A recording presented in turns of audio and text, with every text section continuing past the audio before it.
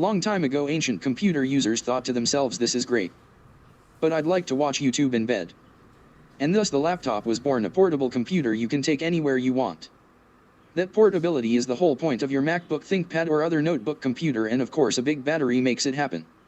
Lately, though, I've wondered, does a laptop need a battery to work? It's not just an arbitrary thought experiment. Sometimes, a laptop's battery kicks the bucket and needs to be removed.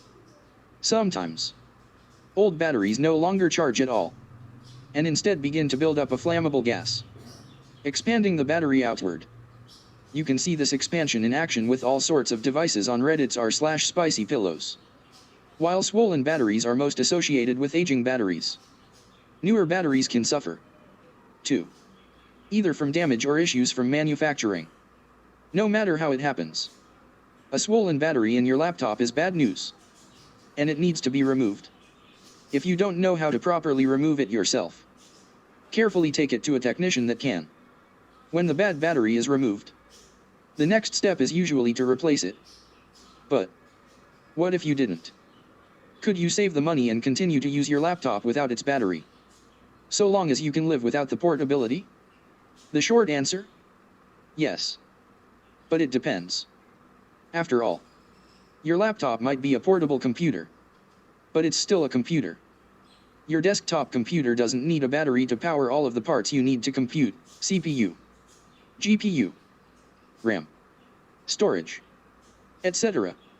And all of those parts are, obviously, still present in your laptop after a battery removal. At least they should be. Sure, a desktop computer relies on an external power supply to run, but so does your laptop. Your charger isn't there to simply charge the battery when it runs low. When you plug your laptop into power, it's actually running off the power adapter, rather than the charging battery. You see this in macOS when you look at your battery settings. On the go, you will see battery as the power source. But when you plug in the charger, you will see it switch to power adapter. Not all laptops are created equal. This might be the case for Windows machines, but on macOS, it's another story. Even though macOS tells you it's running on the power adapter when you plug in the charger, it's inadvisable to use a MacBook without the battery installed. In fact, it might not even work at all. If you manage to boot up a MacBook without the battery in place, you will suddenly think your laptop aged 5 years.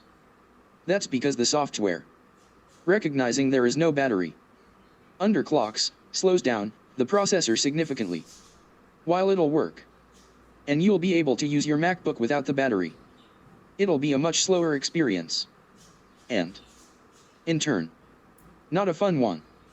As such, it's likely not worth trying in the first place. If you need to remove the battery in your MacBook, you should pay for a new one to properly use it. Then again, that advice probably applies to all laptops anyway, since removing the battery entirely also removes half the functionality of the machine. But this article isn't about whether you should use a laptop without a battery. It's a question of if you can. And you can. So, if you're going to try using your laptop sans battery, whether to save money while you wait for a battery replacement to come through, or because it seems fun, there are a few things to keep in mind. How to use a laptop without a battery to start. Make sure to use the power adapter that came with the device. Without the battery, the power supply needs to work as the manufacturer intended. Any deviation in the amount of power puts the operation at risk, since there's no battery backup in the laptop to pick up the slack. Speaking of which, you will need to be very careful with the data on your laptop now that you're running on a power adapter alone.